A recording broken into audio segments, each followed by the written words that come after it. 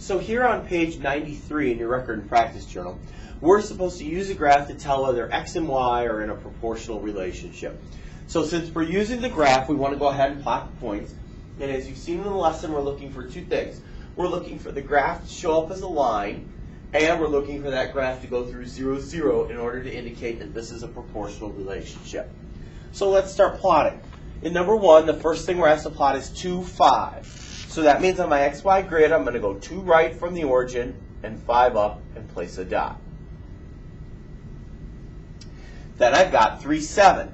3, 7 means I'm going to reset myself to the origin and go 3 jumps to the right and 7 jumps up.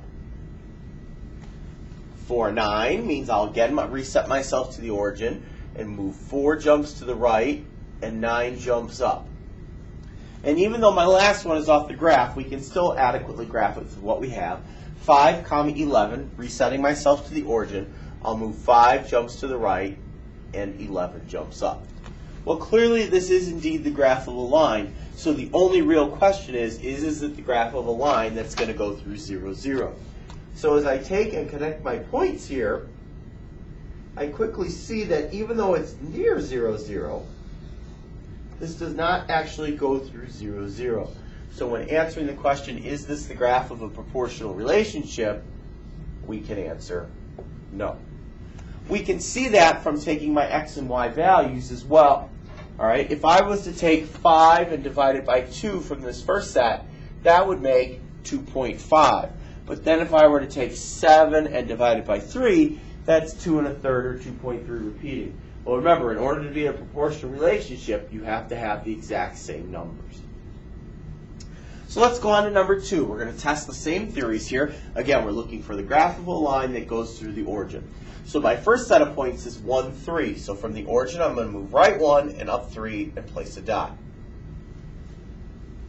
2, 6 for the next one. Resetting myself to the origin, I'm going to move 2 right and 6 up and place a dot. 3, 9, resetting myself to the origin, moving 3 right and then 9 up and placing a dot. And again, even though this last one is off the graph, we still have what we need to be able to adequately graph it. 4, 12 from the origin means I'm going to move 4 jumps to the right and 12 jumps up. And then I would connect my points. Again, we're looking for the graph of a line that goes through the origin here. And as I proceed to graph my points here, you can see not only does this look like a line, but it does indeed go through the origin. So this one here, we're going to answer that yes, we are making a proportional relationship here. And again, we could vet that out by dividing the x and the y values. Notice when I divide all of these, we'll do them in x over y order. All of those fractions reduce to 1 over 3 without even knowing the decimal. Since they're all 1 over 3, we have all we need to know. All those divide out the same. So yes, this is a proportional relationship. Now, as we go on to number 3, we might be slightly more challenged because in number 3, we're going to have to graph some decimals, but we're not going to let that stop us from having success here. The first thing I'm asked to graph is 1, 2.4. So from the origin, I'm going to move right 1 and up 2.4 jumps. I don't want to go quite halfway between 2 and 3, just go a shade under that. 2, 4.8. means I'm going to, from the origin, move 2 jumps to the right and 4.8 jumps up. So in other words, just beneath the 5 marker is where I'll find my 5.8. I'll give you a hint. If you make your dots big, you can get away with just about anything. 3, 7.2.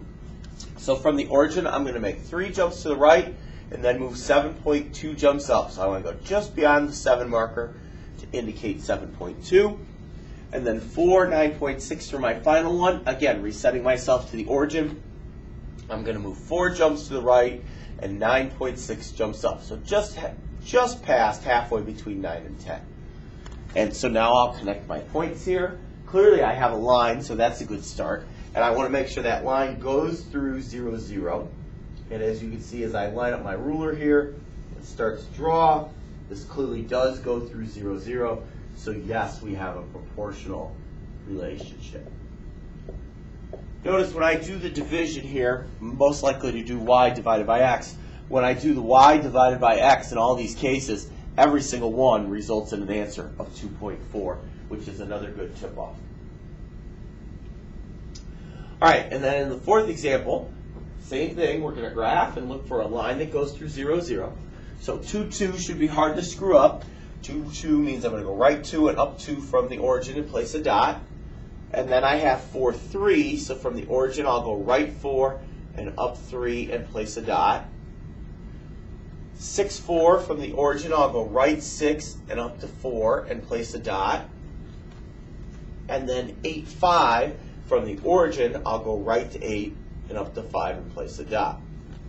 Now hopefully before we even started graphing, the alarm bells went off here, because that first set of numbers is 2, 2. Well, 2 divided by 2 is 1.